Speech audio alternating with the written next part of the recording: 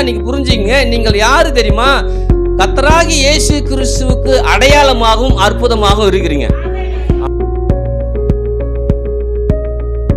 இதுவரைக்கும் நமக்கு ஒரு அடையாளம் இருக்குது.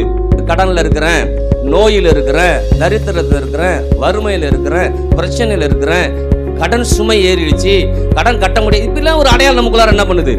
அந்த அடையாளத்தை கர்த்தர் கேன்சல் பண்றாரு. ஹல்லேலூயா. கேன்சல் பண்ணி எப்படி வைக்கிறாரா?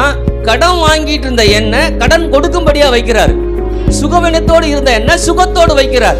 பலவீனத்தோடு இருந்த எண்ணெய் பலத்தோடு வைக்கிறார். அப்ப இதுவரைக்கும் இருந்த அடையாளம் மாற்றப்படுகிறதுன்னு சொன்னேன். எத்தனை பேர் விசுவாசிச்சது?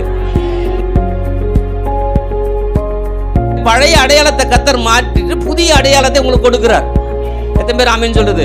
கொஞ்சம் ரிசீவ் பண்ணுங்க, கொஞ்சம் அதை ஏற்றுக்கொள்ளுங்க. தேவனுடைய வார்த்தையை நாட்டி படைக்கணும். ஹல்லேலூயா. தேவனுடைய வார்த்தை எனக்குள்ளார ஆதிக்கம் செலுத்தணும். அப்படி ஆதிக்கம் செலுத்தும் போதெல்லாம் எனக்கு என்னெல்லாம் வேணுமோ அதெல்லாம் எனக்கு என்ன வேலை செய்யணும் ஆரம்பிச்சிடும். ஆமென். அப்ப இன்னைக்கு நல்ல விளைக்கணும். தீமைக்கு தீமை செய்யாம, உதாசீனத்துக்கு உதாசீனப்படுத்தாம, நான் கர்த்தருடைய வார்த்தையை நம்பி எல்லாரையும் நான் ஆசீர்வதிக்க போறேன். ஏன்னா நான் ஆசீர்வாதத்தை சுதந்திரிக்கிற ஆளு, ஆசீர்வாதத்துல வாழுற ஆளு, ஆசீர்வாதத்துல பெருகிற ஆளு, ஆசீர்வாதத்துல நிறைந்திருக்கிற ஆளு என்ன பண்ணுது இருக்கிற. ஹல்லேலூயா. கரங்களை எடுத்துக்கலாமா? தேவனுடைய வார்த்தை சொல்லுகிறது, மனுஷன் அப்பத்தினாலே மாத்திரமல்ல தேவனுடைய வாயிலிருந்து புறப்படுகிற ஒவ்வொரு வார்த்தையினாலும் பிழைப்பான் என்று எழுதியிருக்கிறது. இது எழுதியிருக்கிற வார்த்தைகளை நான் விசுவாசிக்கிறேன். இயேசுவின் நாமத்தில் எல்லா நன்மைகளையும் பெற்றுக்கொள்வேன். ஆமென். 1 பேதுரு 3ஆம் அதிகாரம் 9ஆம் வசனம். தீமைக்கு தீமையும் சரி கட்டாமல் அதற்கு பதிலாக நீங்கள் ஆசீர்வாதத்தை சுதந்திரித்துக் கொள்ளும்படி அழைக்கப்பட்டீர்கள் என்று அறிந்து ஆசீர்வதியுங்கள். ஆமென். இது நம்முடைய இந்த மாத வாக்குத்தத்தம். இந்த மாத வாக்குத்தத்தம் கண்டிப்பாக நம்ம வாழ்க்கையில் நிறைவேறும். ஏன்னா கடந்த மாதத்தில் கர்த்தர் சொன்னார். என்ன வாக்குத்தத்தம் ஞாபகம் இருக்குங்களா? கர்த்தர் எனக்காக யாவையும் செய்வார், செய்து முடிப்பார். ஆமென். அப்போ அந்த செய்து முடிப்பார்னு சொன்னதை நான் சொன்னேன். இந்த 6 மாதமும் அவர் செய்ய நல்லவர் என்ன பண்ணுறாரு இருக்கிறார். இந்த 6 மாதமும் கர்த்தர் ஒரு மிகப்பெரிய காரியங்களை செய்ய விரும்புகிறார். ஹல்லேலூயா. ஏன் செய்ய விரும்புகிறாருன்னா அதை கல்வாரி சிலுவையில் செய்து முடிச்சிருக்கிறார். முடித்த காரியங்களை, நமக்காக ஏற்படுத்தின காரியங்களை, நமக்காக உண்டு பண்ணின காரியங்களை, நமக்காக சம்பாதித்த காரியங்களை நாம் பெற்றுக்கொள்ள நம் தகப்பன் விரும்புகிறார். ஆமென். அப்போ இன்னைக்கு இந்த வேலையை நல்லா விளைவிக்கணும். ஆசீர்வாதங்களை சுதந்திரிக்கிற ஆளு யாரு? ஆமா, ஆசீர்வாதங்களை சுதந்திரிக்கிறவனா? ஆசீர்வாதத்தை சம்பாதிக்கிற ஆள் இல்லை. நம்மெல்லாம் இப்போ வேலைக்கு போகிறோம்ல, எல்லாரும் நம்ம சம்பாதிக்க போகிறோம்னு யோசிக்கிறோம். சம்பாதிக்க போகலைங்க. கல்வாரி சிலுவையின் மூலமாக கர்த்தர் சம்பாதிச்சு வச்சிருக்கிறாரு. அதை சுதந்திரிக்க போகிறேன். நான் சுதந்திரவாளியாக என்ன பண்ணுறேன் இருக்கிறேன். இன்றைக்கி எல்லாருமே சம்பாதிக்குன்னு சொல்லும்போது அதில் வேறு அதில் கஷ்டமும் நஷ்டமும் இருக்கும். ஆனால் சுதந்திரிக்குன்னு சொல்லும்போது அதில் எனக்கு எந்த கஷ்டமும் இல்லை. அதில் எனக்கு விசுவாசம் தான் வேணும், அதில் எனக்கு நம்பிக்கை தான் வேணும். இன்றைக்கி நீங்களும் நானும் ஆசீர்வாதத்தை சுதந்திரிக்கிற ஆளு. சொல்லுங்க, ஆசீர்வாதத்தை சுதந்திரிக்கிறவன். ஆமென். அதனால் நான் என்ன பண்ணுவேன்? சுதந்திரிக்கிறதால நான் ஆசீர்வாதத்தின் வார்த்தைகளை தான் பேசுவேன். அதுதான் ரொம்ப முக்கியமானது. தீமைக்கு தீமையையும் உதாசனத்துக்கு உதாசனத்துக்கும் சரி கட்டாமல் அதற்கு எதற்கு பதிலாக, தீமைக்கு பதிலாக, உதாசனத்துக்கு பதிலாக நீ அவங்கள ஆசீர்வதி. ஆமென். அப்போ நீங்கள் ஆசீர்வதிக்கும் போது அந்த ஆசீர்வாதம் யாருடையது? ஆண்டவரா தேவனாகிய கர்த்தர் ஆபிரகாமுக்கு கொடுத்த ஆசீர்வாதம். சொல்றா இல்லையா? என்ன சொல்றாரு? அவர் எப்படி உன்னை ஆசீர்வதிக்கிறவனை ஆசீர்வதிப்பேன், உன்னை சபிக்கிறவனை. அதனால நீ ஆசீர்வதிக்கப்பட்டவராக இருக்கிறப்ப அதனால எல்லாரையும் ஆசீர்வதி, மாறாக சபிச்சிடாத. சபிக்கிற வேலை உன் வேலை இல்லை. அப்போ இன்னைக்கு நம்ம ஆசீர்வாதத்தை சுதந்திரிக்கிற நாம எல்லாரையும் ஆசீர்வதிக்கணும்னு விரும்புகிறார். அப்போ ஆசீர்வாதம் என்பது, ஆபிரகாமுடைய ஆசீர்வாதம் என்பது என்ன மாதிரி ஆசீர்வாதம் அப்படின்னு சொல்லும்போது, அவனுக்கு ஒரு மிகப்பெரிய சுகம், ஒரு மிகப்பெரிய ஆரோக்கியம், மிகப்பெரிய நன்மைகளை ஆபிரகாம் சுதந்திரித்து கொண்டான். அவனை மாதிரி வாழ்க்கையில் நன்மைகளை பெற்றுக்கொண்ட ஆட்கள் யாருமே இல்லை. அவன் தான் முதல் வரான். ஆபிரகாம் தான் விசுவாசத்துக்கு தந்தை இல்லையா? அப்போ அப்பா இன்னைக்கு ஒரு காரியத்தை நம்ம கற்றுக் கொடுக்கிறார். இந்த உலகத்தில் இருந்த ஆபிரகாமை குறித்து நமக்கு நல்லா விளைவிக்கணும். அப்படி விளையும் கொள்ளும் போது தான் நீங்களும் நானும் அப்படிப்பட்ட ஆசீர்வாதத்தில் வாழ முடியும். ஒருவேளை அப்படிப்பட்ட ஆசீர்வாதம் எனக்கு வேணாம், நான் ரொம்ப பரிசுத்தமாக இருக்கணும், அது ஒரு ஆசீர்வாதம். பரிசுத்தமாக இருக்கிறது ஒரு ஆசீர்வாதம், சுகமாக இருப்பது ஒரு ஆசீர்வாதம், நலமாக இருப்பது ஒரு ஆசீர்வாதம். அப்போ அந்த ஆசீர்வாதத்தில் நான் இருக்குன்னு விரும்பும்போது கண்டிப்பாக நான் மற்றவங்களை ஆசீர்வதிக்க வேண்டியது அவசியமாய் இருக்குது. அப்போ நான் ஆசீர்வதிக்கும் போதெல்லாம் அந்த ஆசீர்வாதம் எனக்கு வருகிறது, மற்றவங்களுக்கு கொடுக்கும்போது இன்னும் எனக்கு என்ன பண்ணுது, வருகிறது, தொடர்ந்தே வந்துக்கிட்டே என்ன பண்ணும். அப்போ ஒவ்வொரு மனுஷனும் ஆசீர்வாதமான வார்த்தைகளை நான் கூற கூற கூற நான் தான் யோசித்து பார்க்குறேன். இன்றைக்கி நான் சபையை ஆரம்பித்ததுலேருந்து யாரையும் சபிச்சதே கிடையாது. நல்லா நீங்கள் யோசிச்சு பார்த்தீங்கன்னா, ஏன்னா அது என் வேலை இல்லை. என் வேலை என்ன, ஜனங்களை ஆசீர்வதிக்கணும், ஜனங்களுக்கு நல்ல வார்த்தைகளை பேசணும், நல்ல வார்த்தைகளை கற்றுக் கொடுக்கணும். அப்படி நல்ல வார்த்தைகளை கற்றுக் கொடுக்க எல்லா நன்மைகளும் எனக்கு வரவும் ஆரம்பிச்சிச்சு, உங்களுக்கு வரவும். அப்போ இன்னைக்கு நல்ல விளைக்கணும், ஆசீர்வாதத்தை சுதந்திரிக்கிற ஆள். அதனால் நான் ஆசீர்வதிக்க போகிறேன் எல்லாரையும். ஆமென். எத்தனை பேர் உங்கள் குடும்பத்தில் இருக்கிறவங்க ஆசீர்வதிச்சிங்களா? நல்லா இருப்பம்மா, நீடி ஆயுளில் இருப்ப, நீ வருகையிலும் ஆசீர்வதிக்கப்பட்டிருப்ப, நீ போகையிலும் ஆசீர்வதிக்கப்பட்டிருப்ப, உன் கற்பத்தின் கனி ஆசீர்வதிக்கப்பட்டிருக்கும், உன் நிலத்தின் கனி ஆசீர்வதிக்கப்பட்டிருக்கும், அவன் ஆடுகளின் பெருக்கும் ஆசீர்வதிக்கப்பட்டிருக்கும். அப்படி ஆசீர்வாதத்தை சொன்னமா? ஏதோ 2-3 பேர் சொல்லிருக்கிறீங்க போல் இருக்கு. அல்லேலூயா. நீங்கள் அதான் சொல்கிறேன், கொடுங்கள் அப்போது உங்களுக்கு கொடுக்கப்படும். அப்படின்னா ஆசீர்வாத வார்த்தைகளை நீ கொடுத்தா உனக்கு ஆசீர்வாதம் ரிட்டர்ன் என்ன பண்ணும். இப்போ நம்ம அது பணமாகவே யோசிச்சிட்டோம். கொடுங்க சொன்னோன்னே பாரு பிரதர் எப்போ பார்த்தாலும் பணத்தை பற்றியே பேசிட்டு இருக்காரு, இல்லை ஆசீர்வாதத்தை பற்றி பேசிட்டு இருக்கிறேன். அப்போ கொடுக்கும்போது அதில் எனக்கு ஆசீர்வாதம் என்ன பண்ணுது, வருகிறது. நான் போவதுதா என்னல, வருதா தான் என்றேன். அல்லேலூயா. நேற்றைய தினத்தில், நேற்று தானே, அடையாளங்களாகவும் அற்புதங்களாலும் வச்சிருக்கிறான் ஆண்டவர் சொன்னார் இல்லையா. அப்போ ஏன் இது வரைக்கும் நமக்கு ஒரு அடையாளம் இருக்குது. கடனில் இருக்கிறேன், நோயில் இருக்கிறேன், தரித்திரத்தில் இருக்கிறேன், வறுமையில் இருக்கிறேன், பிரச்சனையில் இருக்கிறேன், கடன் சுமை ஏறிடுச்சு, கடன் கட்ட முடியாது, இப்படிலாம் ஒரு அடையாளம் நமக்குள்ளார என்ன பண்ணுது. அந்த அடையாளத்தை கர்த்தர் கேன்சல் பண்ணுறாரு. ஹல்லேலூயா. கேன்சல் பண்ணி எப்படி வைக்கிறாரா, கடன் வாங்கிட்டு இருந்த எண்ணெய் கடன் கொடுக்கும்படியாக வைக்கிறார். சுகவினத்தோடு இருந்த எண்ணெய் சுகத்தோடு வைக்கிறார், பலவீனத்தோடு இருந்த எண்ணெய் பலத்தோடு வைக்கிறார். அப்போ இது வரைக்கும் இருந்த அடையாளம் மாற்றப்படுகிறதுன்னு சொன்னேன். எத்தனை பேர் விசுவாசிச்சது? இன்னைக்கு ஒருவேளை அது நீங்கள் சரியாக அந்த ஃபோனில் சரியாக தெரியாமல் இருந்துச்சுன்னா இன்னைக்கு புரிஞ்சுங்க, நீங்கள் யார் தெரியுமா, கர்த்தராகி இயேசு கிறிஸ்துவுக்கு அடையாளமாகவும் அற்புதமாகவும் இருக்கிறீங்க. ஆமென். உங்களை அப்படி தான் வச்சுக்கிறாரு. நீங்கள் வேணா அடையாளமாக அற்புதமாக இல்லாமல் இருக்கலாம், உங்களை கர்த்தர் அப்படி தான் பார்க்குறார். ஆமென். அப்போ நல்ல விலைக்கு இது ஆபிரகாமுடைய ஆசீர்வாதம். இன்னைக்கு அது உங்கள் பக்கம் என்ன பண்ணுது, வருகிறது. ஆமென். ஆபிரகாம் அப்படி தான் வச்சுருந்தார். உங்களுக்கு தெரியும், ஆபிரகாமுடைய மனைவி இறந்த பிறகு அந்த மக்பேலா என்னக்கூடிய குகையை அவங்க ஃப்ரீயாகவே கொடுக்குறேன்றாங்க. ஆனால் இவர் என்ன பண்ணுறாரு, இல்லை ஏன்னா நான் இந்த பூமிக்கு ஒரு அடையாளமாக ஆண்டவர் வச்சுக்கிறாரு. அல்லேலூயா. அப்புறம் பார்த்தோன்னா அந்த குகையில் தான் எல்லாருமே மரிக்கிறவங்க போய் என்ன பண்ணுவாங்க, அதில் அடக்கம். அப்போ ஒரு அடையாளமாக கர்த்தர் ஒரு மனுஷனை வச்சுக்கிறார், உங்களை வச்சுக்கிறார். இது வரைக்கும் நீங்கள் கடன் வாங்கிட்டு இருந்தீங்கன்னா உங்களை கடன் கொடுக்குறவரை கர்த்தர் வச்சுக்கிறாரு. அதான் அடையாளம். உங்கள் அடையாளம் என்ன, கடன் கொடுக்குறவங்க. ஆமென். வருகையிலும் ஆசீர்வதிக்கப்பட்டிருக்கிறவங்க, போகையிலும் ஆசீர்வதிக்கப்பட்டிருங்க, பட்டணத்திலும் ஆசீர்வதிக்கப்பட்டிருக்கிறவங்க, வெளியிலும் அது அடையாளம். ஹல்லேலூயா. இந்த அடையாளம் உங்கள்கிட்ட இல்லைன்னா இன்னைக்கு பழைய அடையாளத்தை கர்த்தர் மாற்றிட்டு புதிய அடையாளத்தை உங்களுக்கு கொடுக்குறார். எத்தனை பேர் ஆமென் சொல்றது? கொஞ்சம் ரிசீவ் பண்ணுங்க, கொஞ்சம் அதை ஏற்றுக்கொள்ளுங்க. கொஞ்சம் ரிசீவ் பண்ணிங்கன்னா அது உங்களுக்குள்ளார வந்து பலிக்க ஆரம்பிக்கும்.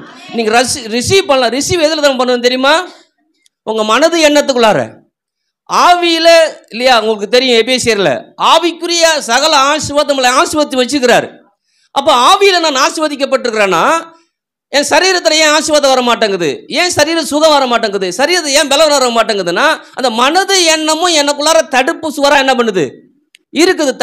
தடுப்பு சுவராக இருக்கிறதால ஆவியில் சொல்லப்பட்ட வார்த்தைகள் எனக்குள்ளார மனது எண்ணத்தில் ஏற்றுக்கொள்ள முடியாமல் போகும்போது அது அப்படியே இருக்குது. அதனால் எந்த பலனும் இல்லை. ஆனால் அந்த மனது எண்ணத்தை உடைச்சி எடிஞ்சிட்டு கத்திரி வார்த்தை சொல்லுது, அதை நான் ரிசீவ் பண்ணுறேன், ஆமென், அதை நான் ஏற்றுக்கொள்கிறேன்னு சொல்லும்போது ஆவியில் இருக்கிற எல்லா ஆசீர்வாதங்களும் என்ன பண்ணுது, சரீரத்துக்குள்ளார என்ன பண்ணுது, வருகிற சரீரத்தின் மூலமாக கையிட்டு செய்கிற வேலையில் வருது. அல்லேலூயா. இல்லைன்னா ஆண்டவர் சொல்லிருக்க மாட்டார், நீ கையிட்டு செய்கிற எல்லா வேலையிலும் ஆசீர்வாதத்தை கட்டளை இடுவேன்னு சொல்றாரு. அப்ப இது வரைக்கும் உங்களுக்கு உங்க கையால எது நன்மை வரலன்னா கையில பிரச்சனை இல்லை, மனது எண்ணத்துல தான் பிரச்சனை. மனது எண்ணங்கள் மாற்றப்படும் போது வாழ்க்கை மாற்றப்படும். வாழ்க்கை மாற்றப்படும்னா எது மாற்றப்படணும்? ஆமென். அப்ப மனது எண்ணம் முழுக்க பணமா நிறைஞ்சிருக்குதா, கர்த்தருடைய வார்த்தையா நிறைஞ்சிருக்குதா? இப்ப நிறைய பேருக்கு நானே இப்ப யோசிச்சு பார்த்தேன், நிறைய முறைகள் ஆரம்ப நாட்கள் நல்ல நிறைய காரியத்தை செய்தமே, அதன் பிறகு ஏன் செய்ய முடியல அப்படின்னு சொல்லும்போது மனது எண்ணம் முழுக்க பணமா நிறைஞ்சிருச்சு. இவ்வளோ இதை செய்யணுமா, இவ்வளோ பணம் தேவை, இதை செய்யணுமா பணம் தேவை, அதை செய்யணுமா. அப்ப வார்த்தையை காட்டிலும் எது எனக்குள்ளார மேலோங்கிடுச்சு? பணம். இப்போ பணம் தேவைதான், ஆனால் பணத்தை தேவையை காட்டிலும் வார்த்தையும் தேவை அதிகப்படுத்தும் போது அதை பெருசாக யோசிக்கும் போது அதை குறித்து காரியத்தை எண்ணி அதை குறித்து பிரசங்கம் பண்ணும்போது எனக்குள்ளார வார்த்தைகள் மேலோங்கும் போதெல்லாம் என் தேவைகள் சந்திக்கப்படுவதை நான் பார்க்குறேன். ஹல்லேலூயா. அப்போ யாரை கொண்டுனாலும் செய்வார். உங்கள் தேவைகள் இப்படி தான் சந்திக்கப்படணும் இல்லவே இல்லை. ஹல்லேலூயா. போகிற போக்கில் ஒருத்தவங்க தேவையை சந்திட்டு போயிட்டே இருப்பார். யார் எவருன்னு சொல்லவும் மாட்டாரு. ஏன்னா நீங்கள் எதை தூக்கி பிடித்து கொண்டு இருக்கிறீங்க? தேவனுடைய வார்த்தையை தூக்கி பிடிச்சிட்டு இருக்கிறீங்க. பணத்துல நான் பணத்தின் எண்ணத்துல நிறைஞ்சிருக்கவே. அப்ப என் மனது எண்ணம் முழுக்க எது எனக்குள்ளார ஆதிக்கம் செலுத்தணும், எது உங்களுக்குள்ளார ஆதிக்கம் செலுத்தணும்? தேவனும் தேவனுடைய வார்த்தையும் ஆதிக்கம் செலுத்தும் போது கண்டிப்பா பணம் உங்களுக்கு என்ன சொல்றேன், வேலையால என்ன பண்ணும்? ஹல்லேலூயா. என்ன சொன்னாலும் செய்யும் இல்லையா? இப்ப நாம என்கிட்ட இருக்கும்போது நான் என்ன சொல்றது செய்யுது. ஒருத்தவன் அவிசுவாசிட்டு போனா அவன் என்ன செய்யுது, அது என்ன பண்ணுது? அப்ப பணம் அவனை ஆட்டி வைக்கல, அவன் மனது என்ன அவன் ஆட்டி படைச்சிட்டு இருக்குது. அவன் மனது என்ன ஆட்டி படிக்கும் போது அதை அவன் தனியா சரியாய் பயன்படுத்த தெரியாம என்ன பண்றான், பணத்தை தவறான விதத்தில் செயல்படுத்துறான். ஆனா இங்க வரும்போது நான் பணம் என்ன ஆட்டி படைக்கல. ஹல்லேலூயா. இதுவரை உங்களை பணம் ஆட்டி படைச்சதுன்னா இன்னைக்கு நிறுத்திட்டு தேவனுடைய வார்த்தையை நான் ஆட்டி படைக்கணும். ஹல்லேலூயா.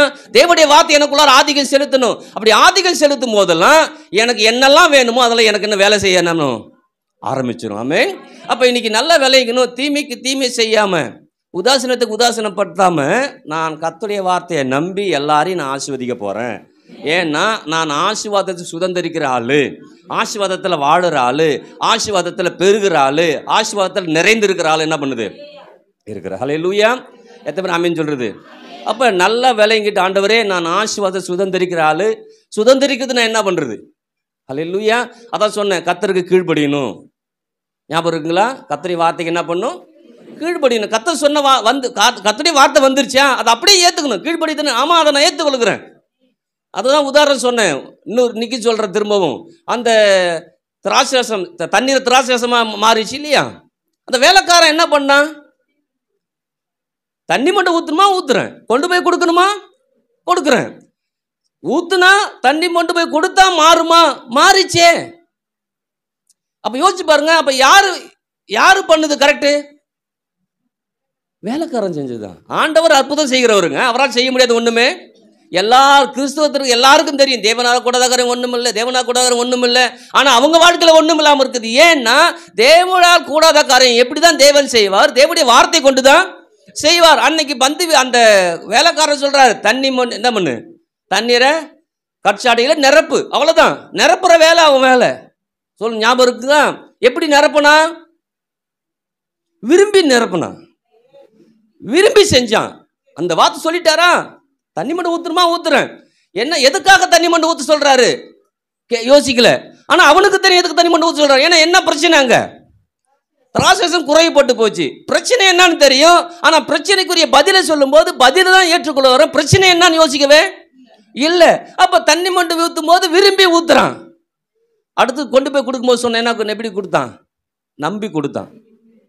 விரும்பி நம்பி, விரும்பி நம்பி. மறந்துடாதீங்க, இருக்குது மறந்துடுறோம். விரும்பி கொண்டு போய் கொடுக்குறான்.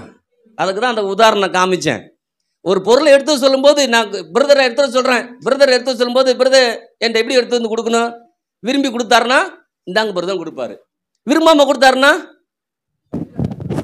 இந்த பிரதர் இல்லைங்களா? நானா இருந்தாலும் சரி தான். ஏன்னா அவர் சொல்றதை நான் விரும்புகிறேன்.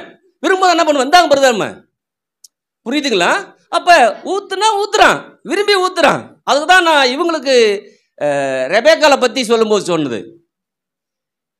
எலையேசர் போய் தாகத்துக்கு தண்ணி குடுன்னு கேட்கும்போது எலையேசர் ஜெபம் பண்ணிட்டு போகிறான்ல, நான் போய் தண்ணி தான் கேட்பேன் எனக்கு. ஆனா எனக்கும் கொடுக்கணும், அவங்களே கொடுக்கணும். யாரு யாரு தண்ணி மொண்டு கொடுக்குறாங்களோ அவங்களே என் ஒட்டகத்துக்கும் வாத்து வைக்கிறேன்னு சொல்லணும். சொல்றவங்க தான் என் எஜமானுடைய மருமக. ஹல்லேலூயா. பாருங்க, அங்க போய் தாகத்துக்கு தான் தண்ணி கேட்கிறான். கேட்ட உடனே அந்த ரெபெக்கா என்ன பண்ணுது? தண்ணி கொடுத்து மாத்திரமல்ல, நீ குடி ஆண்டவரே, வேண்டிய மட்டும் நான் கொடுக்குறேன் ஒட்டகத்துக்கு. ஹல்லேலூயா. ஒட்டகம் என்ன ஒரு டம்ளரா குடிக்கும்? இப்போ நம்மளாம் சேம்பலுக்கு ஒரு தண்ணியை குடிச்சு போயிடுவோம் இல்லையா? ஆனால் ஒட்டகம் என்ன பண்ணுவோம்? வாயை வச்சதுன்னா முடிச்சிடும். இதுதான் விரும்பி நம்பி செய்கிறது. ஹல்லேலூயா. அப்போ கர்த்தருக்காக அந்த மகள் வாழ்ந்து கொண்டிருக்குது, கர்த்தருடைய திட்டத்துக்காக அந்த மகள் வாழ்ந்து கொண்டிருக்குது. இன்னைக்கு சொல்கிறேன், நீங்கள் கர்த்தருக்காக திட்டத்துக்காக வாழ்ந்துட்டு இருக்கிறீங்க. வாடுற நீங்கள் விரும்பி நம்பி செய்ய மாட்டேங்கிறோம். அவங்க விரும்புகிறாங்க, நம்புகிறாங்க. ஹல்லேலூயா. ஏன்னா இந்த நாட்களில் ஒரு ஆளை நம்புறதே பெரிய விஷயம். ஒரு ஆள் வரான், இப்படி ரோட்டில் அவங்க போயிட்டு வரான்னு வச்சிங்களேன், போயிட்டு வந்துட்டு சார் அட்ரஸ் என்னன்னு கேட்கும்போது நம்ம என்ன சொல்லுவோம்? நம்ப மாட்டோம். ஒரு 2 தடவை போனால் இப்போ வந்து கேட்குறான், எது அப்படி தான் யோசிப்போம். அந்த நாட்டில் சுத்தம் மோசம், எந்த விதமே இல்லை இல்லையா? எதுவுமே இல்லை. ஒரு மனுஷன் போய் கேட்கும்போது அந்த அந்த அந்த மகளை என்ன பண்ணணும்? அதுக்கு பதில் சொல்லணும். முதல்ல பதில் எப்படி சொல்லணும்? விரும்பி நம்பி சொல்லணும். இன்னைக்கு நீங்களும் நானும் அந்த ஆண்டவரையும் ஆண்டவர் வார்த்தை விரும்பி நம்பி வாசிக்கும் போதெல்லாம் அற்புதம் தான். ஹல்லேலூயா. அற்புதம் வேற எங்கேயும் தூரமா இல்லை, கிட்டத்தையே இருக்குது. ஹல்லேலூயா. அப்போ இன்னைக்கு நல்ல வேலைக்கணும், ஆசீர்வாதத்தை சுதந்திரிக்கார் என்று நான் சொல்லி ஆசீர்வதிக்கிறேன். ஆமென். இப்போ ஆசீர்வாதம் அவனுக்கு நமக்கு புரிஞ்சிச்சு. அந்த ஆசீர்வாதம் ஆபிரகாம்கிட்ட முழுமையாக இருந்துச்சு. ஆபிரகாமுடைய ஆசீர்வாதம் சொல்லும்போது நமக்கு தெரியும், சொன்னோம்ல, உபாகமம் 28 1 முதல் 14 வரைக்கும் வாசிச்சிருக்கிறோம்னு சொல்லணும். அதெல்லாம் வாசிச்சிருக்கோம் நம்ம. ரெண்டாவது நம்ம ஆதியாகமம் 12ஆம் அதிகாரத்திலும் பார்த்துருக்கோம். நான் உன்னை பெரிய ஜாதியாக்கி 7 ஃபோல்டு பிளஸிங் சொல்லுவாங்க அதை இல்லையா? 7 ஃபோல்டை பார்த்துருக்கோம். உபாகமம் 28 பார்த்துருக்குறோம். ஆனால் நம்ம ஆபிரகாம் ஆசீர்வாதம் அது மட்டும் இல்லை, அந்த வேதம் முழுக்க இருக்குது அப்படி ஆசீர்வாதம். என்ன ஒரு ஆசீர்வாதம் தெரியுமா? நல்ல சுகம் அப்படி ஆசீர்வாதம், நல்ல பலன் அப்படி ஆசீர்வாதம், நல்ல பொருளாதாரம் அவர் ஆசீர்வாதம், நல்ல ஆடு மாடுகள் அவருடைய ஆசீர்வாதம், ஒட்டகங்கள் அவருடைய ஆசீர்வாதம், அவருடைய வேலைக்காரர்கள் ஒரு ஆசீர்வாதம், வேலைக்காரிகள் ஒரு ஆசீர்வாதம். இப்போ நம்ம ஆசீர்வாதம் சொன்ன உடனே இல்லை பணம் தான் நினைப்போம், ஒன்று நினைப்போம், என்னை வாளாக்காமல் தலையாக்குவார் கீழாக்காமல், எல்லாம் ஓகே தான்ப்பா, எல்லாம் உண்மைதான். ஆனால் பர்டிகுலராக ஒன்றை பற்றி அவர் சொல்லுது பைபிள். அவரை பற்றி 100 வயசுல இருக்கிற மனுஷன் பிள்ளை பெற்றுக்கூட முடியுமா? பெற்றுக்கிட்டாரு. பெற்றுக்குன்னா என்ன வேணும்? அவருக்கு சுகம் இருக்கணும், பலன் இருக்கணும், ஆரோக்கியம், எல்லாமே அவருக்கு ஒரு சரீரத்தில் எல்லாமே என்ன பண்ணும்? இருக்கணும். அவருக்கு இருந்துச்சா? இருந்துச்சு. எத்தனை பேருக்கு நம்புறது? அப்போ இன்னைக்கு அந்த ஆசீர்வாதம் என்னது? சுகம் இருக்கும், பலன் இருக்கும், ஆரோக்கியம் இருக்கும், நீடி ஆயுள் இருக்கும், சம்பத்து இருக்கும், குறையாம இருக்கும். ஹல்லேலூயா. அப்போ நல்லா விளைக்கணும் நம்ம. இது ஆபிரகாமுடைய ஆசீர்வாதம். அப்போ மெயினாக எதுக்கு வரேன்னா, சுகம், ஆரோக்கியம், பலன், மிகப்பெரிய ஆசீர்வாதம் ஆபிரகாமுடைய ஆசீர்வாதம். ஹல்லேலூயா. நீங்களும் நானும் சுகத்தோடு இருப்பது என்பது தேவன் கொடுத்த ஆசீர்வாதம். நீங்க சுகவீனமா இருக்கிறீங்கன்னா நீங்க ஆசீர்வாதத்தில் இல்லைன்னு அர்த்தம். அதை நம்மளே சரிப்படுத்துக்கும் தெரியுமா? மாத்திரை போட்டால் ஒரு 2 நாள் சரியாயிடும்.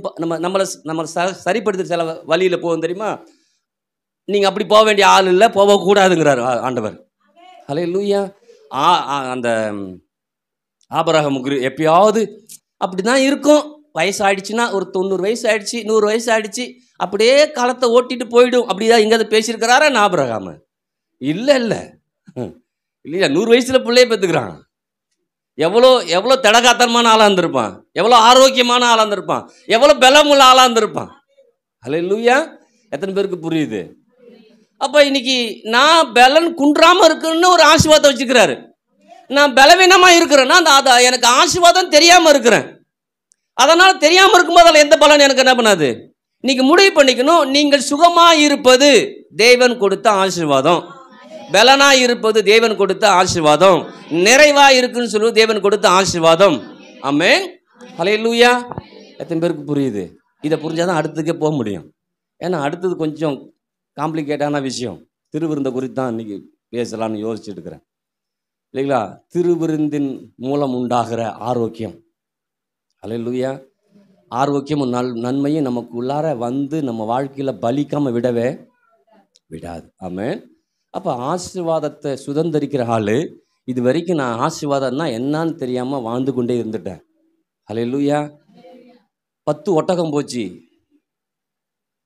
பொண்ணு அழைச்சிட்டு வர்றதுக்கு. எத்தனை ஒட்டகம் போச்சு? உள்ள பொருளெல்லாம் வேணாம், 10 ஒட்டகம். அப்போ இன்னைக்கு எது தான் ஒட்டகமாக இருக்குது நமக்கு?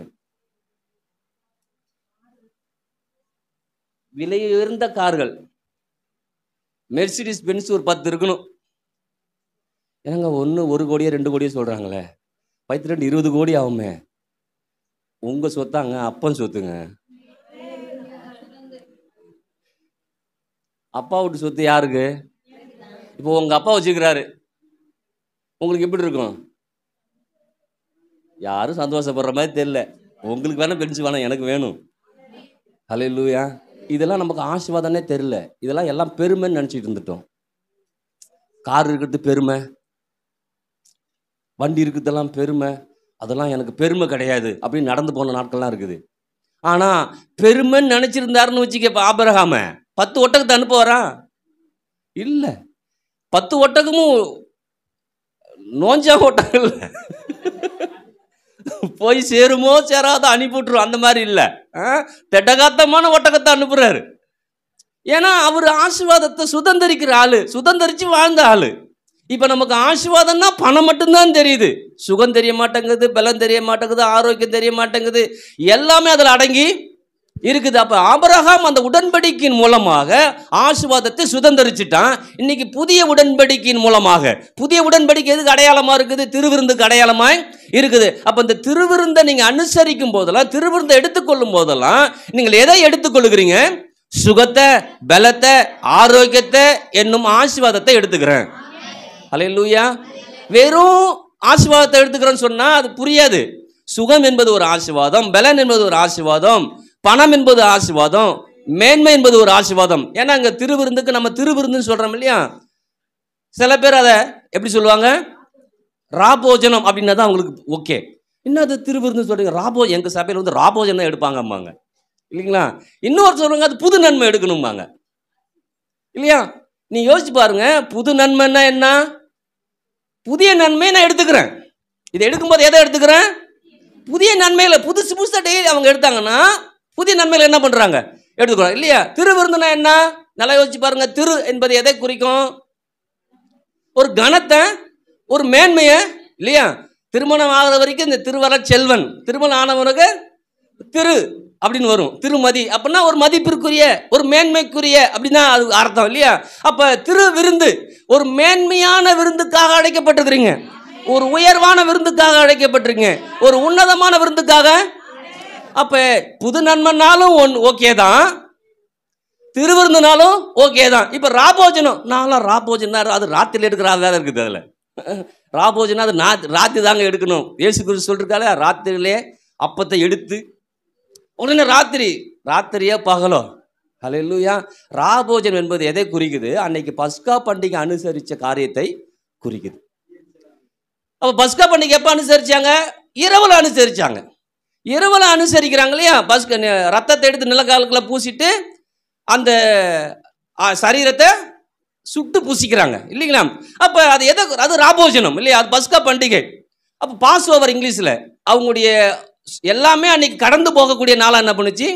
அவங்க இது வரைக்கும் அடிமைத்தனத்தில் இருந்த எல்லாமே அன்னைக்கு கடந்து போகுது. ஆமென். இன்னும் சொல்றாங்க, சங்காரத்துக்கு என்ன பண்றான்? கடந்து போறான். Pass over.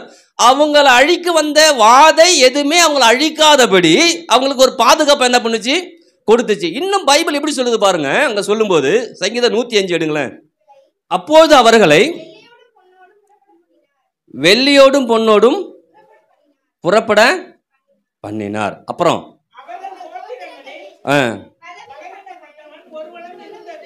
என்னவா?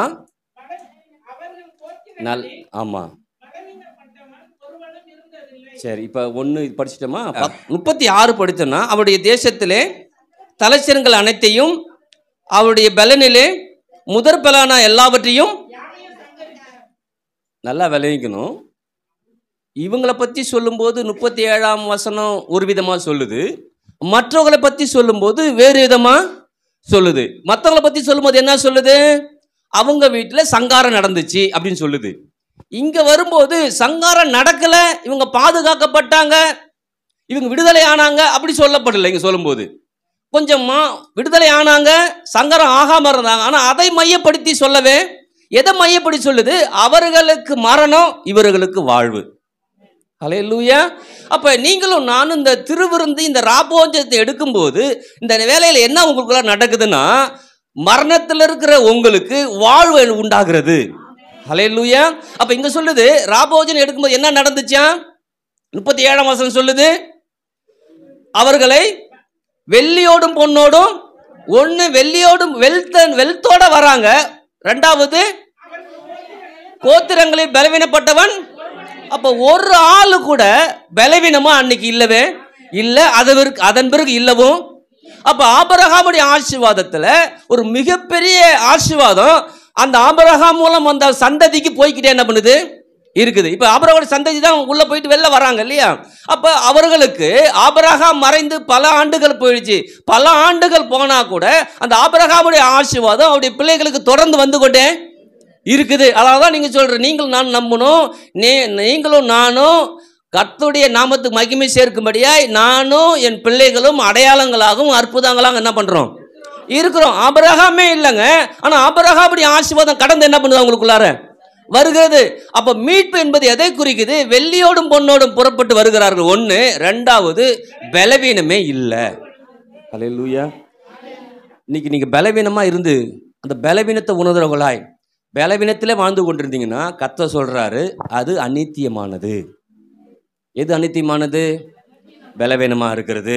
இல்லை நீங்க உங்களுடைய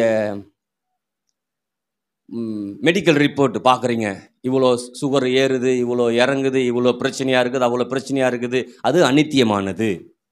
எது நித்தியமானது? பலன், சுகம். அப்போ காணப்படுகிறவர்கள் அநித்தியமானவைகள், காணப்படாதவைகளோ நித்தியமான ஆசீர்வாதத்துக்காக நான் அழைக்கப்பட்டிருக்கிறேன். அதனால் எப்பயுமே நான் ஆசீர்வாதத்தை மாத்திகளை பேசிக்கொண்டே என்ன பண்ணுவேன் இருப்பேன். அப்போ இங்கே அழகாக சொல்கிறாருங்க, சொல்லும்போது பலவீனப்பட்டவன், சொல்லுங்க, பலவீனப்பட்டவன் ஒருவனும் அவன் கோத்திரத்தில். அப்ப 12 கோத்திரம் இருந்துச்சுங்க, 12 கோத்திரத்துல ஒரு கோத்திர கூட பலவீனமா இல்ல. அதாவது இங்க 30 குடும்பம் 40 குடும்பம் இருக்கிறீங்க, ஒரு ஆளு கூட பலவீனமா இருக்க முடியாது. அப்ப இந்த திருவிருந்து எதை குறிக்குது? சுகத்தை குறிக்குது, பலத்தை குறிக்குது, ஆரோக்கியத்தை குறிக்குது. ஆமென். கண்டிப்பா பலனோடு இருப்பீங்க, சுகமா இருப்பீங்க, ஆரோக்கியமாய் இருப்பீங்க. ஹல்லேலூயா.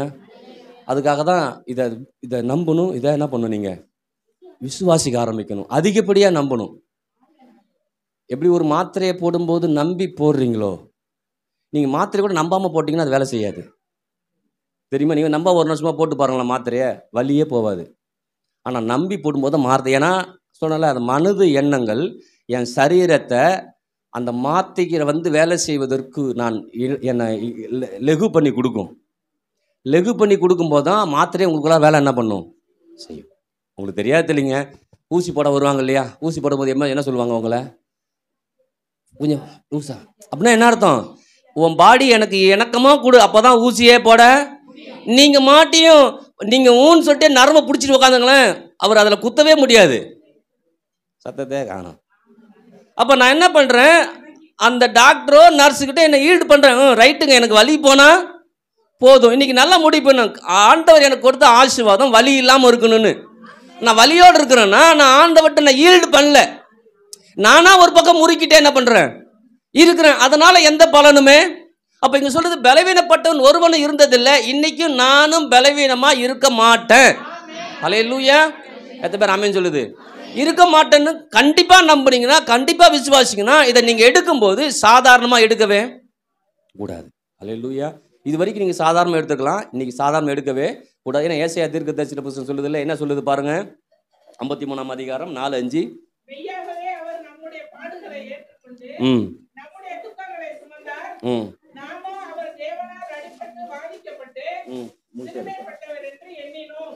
ஆமென்.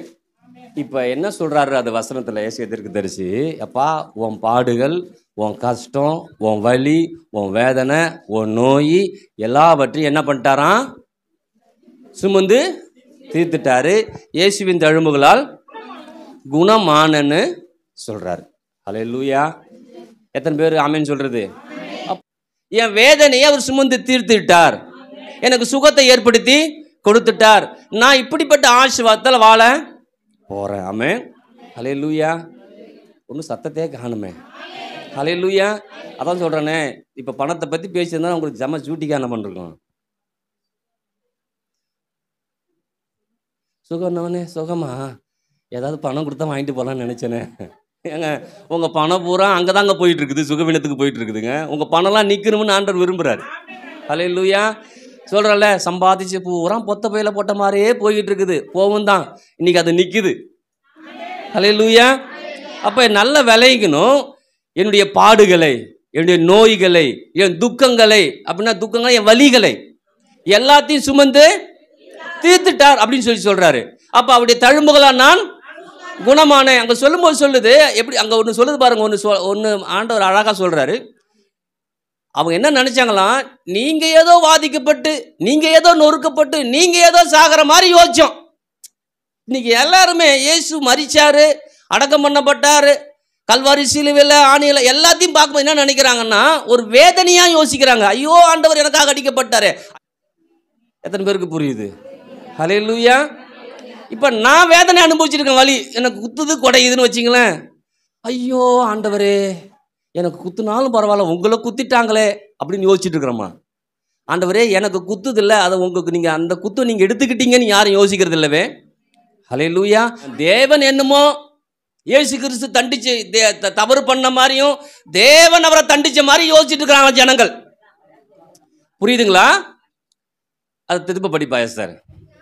நாமும் அவர் தேவனால் அடிபட்டு பாதிக்கப்பட்டு சிறுமைப்பட்டவர். அப்ப ஜனங்கள் அந்த சிலுவையை பார்க்கும்போது ஏதோ இயேசு கிறிஸ்து தப்பு பண்ண மாதிரியும், அதை தேவன் அடிச்ச மாதிரியும் ஜனங்கள் நினைக்கிறாங்களாம். அழும் போதெல்லாம் என்ன நினைக்கிறோம்? ஐயோ ஆண்டவரே அப்படின்னு என்ன அர்த்தம்? தேவன் பாரு கொடுமையான தேவன், அவரை அடிச்சிட்டாரு அப்படின்னு யோசிக்கிறாங்களாம். ஆனா எப்பா ஏன் நீங்க அப்படி நினைக்கிறீங்க?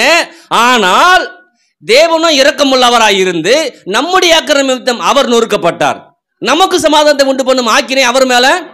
அப்ப யோசிச்சு பாருங்க. அதை பார்க்கும்போது எனக்கு என்ன தெரியணும்? அதுல எனக்கு ஒரு பெரிய மேன்மை வைத்திருக்கிறார், நல்ல பாதுகாப்பை வச்சிருக்கிறார், நல்ல சுகத்தை வச்சிருக்கிறார். அதை நான் எண்ணிக்கொண்டு இருக்கணுமே தவிர, ஐயோ அவர் அடிபட்டார்னு அழுவுறது இல்லை. அவர் அடிபட்டார், அவர் அடிபட்டார். ஏன் தெரியுமா? என்னுடைய மீறுதல் நிமித்தம் அவர் நொறுக்கப்பட்டார்.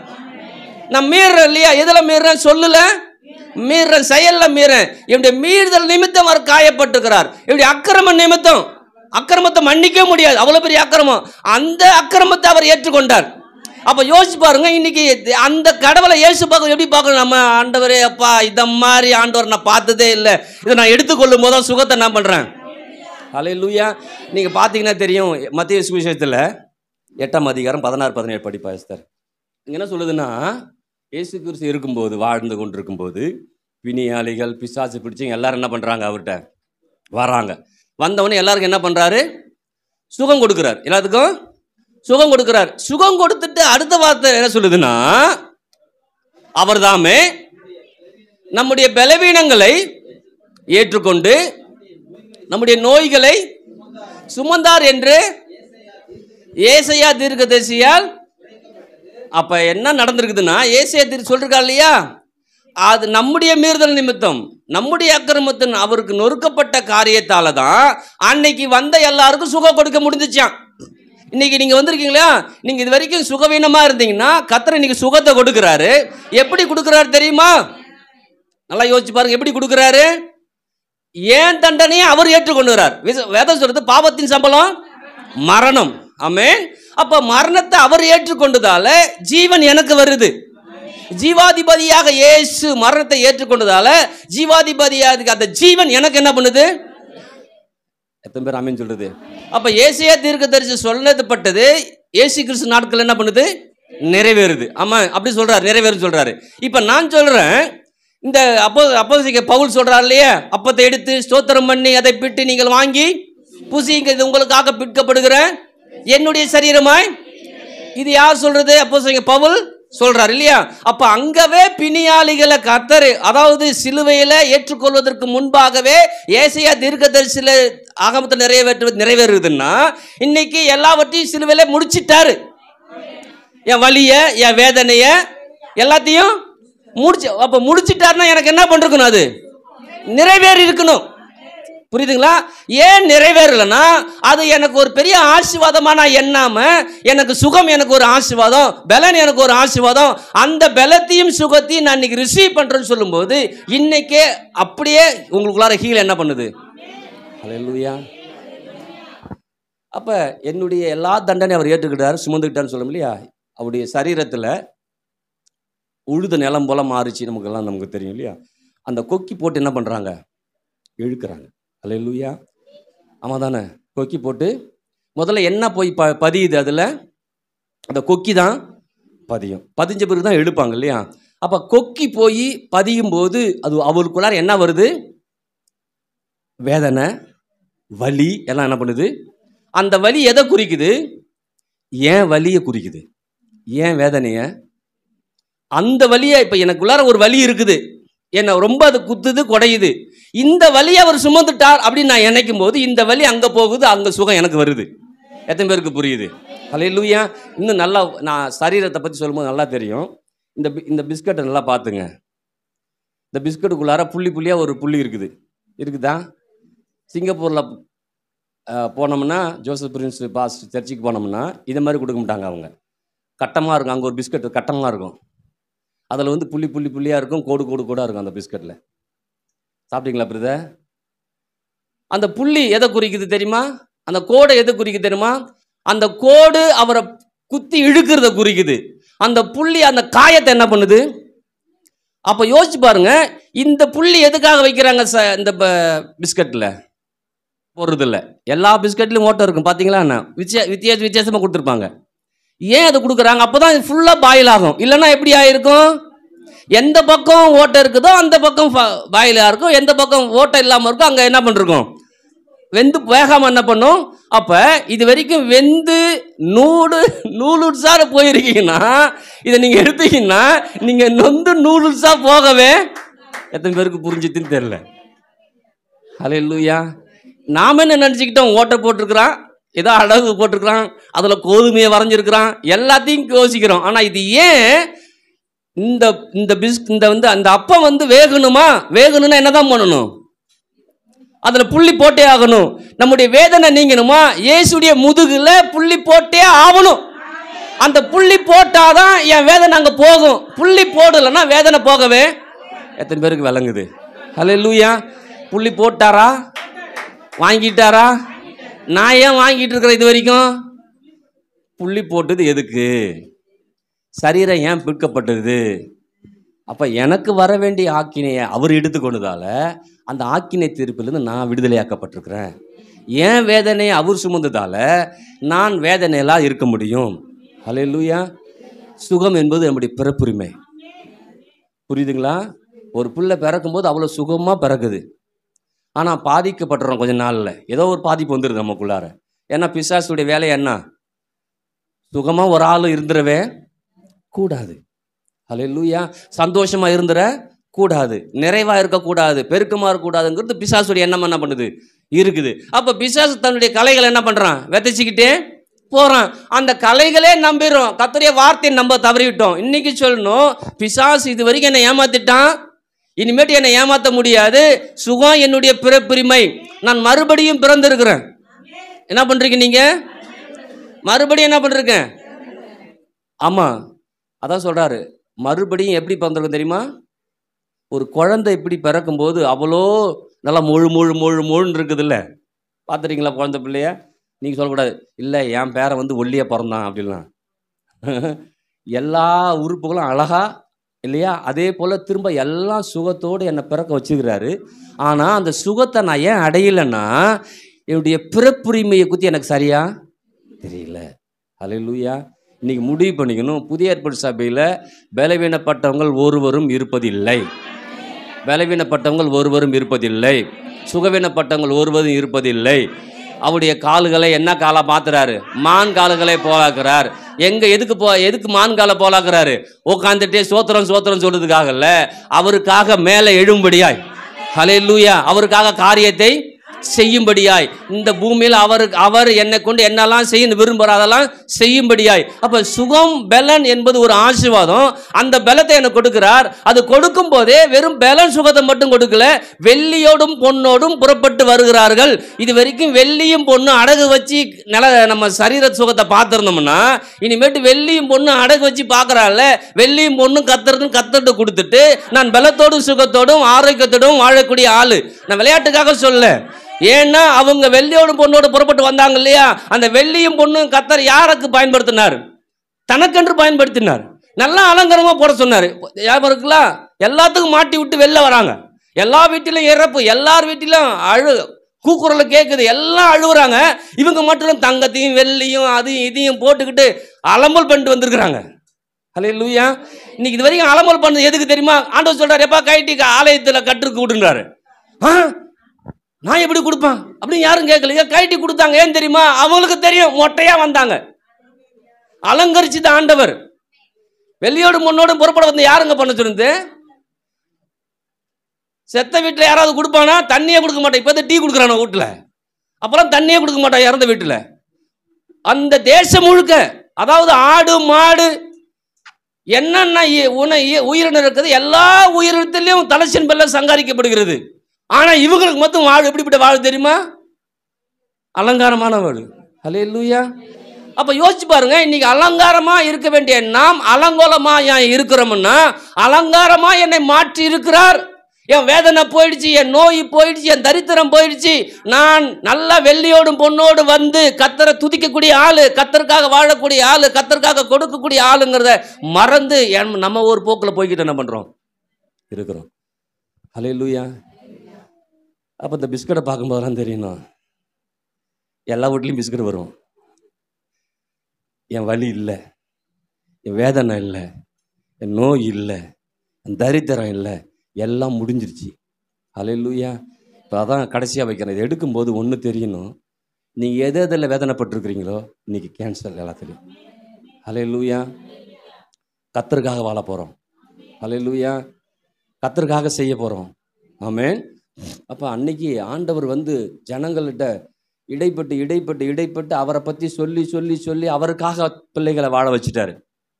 இன்னைக்கு பிள்ளைகள் நமக்காக வாழ்ந்து கொண்டிருக்குது. புரியுதா? அவங்கவுங்க பிள்ளை யாருக்காக வாழறோம்? அவங்க அப்பா அம்மாவுக்கு வாழறோம். அப்பா அம்மா யாருக்காக வாழுறாங்க? That's all.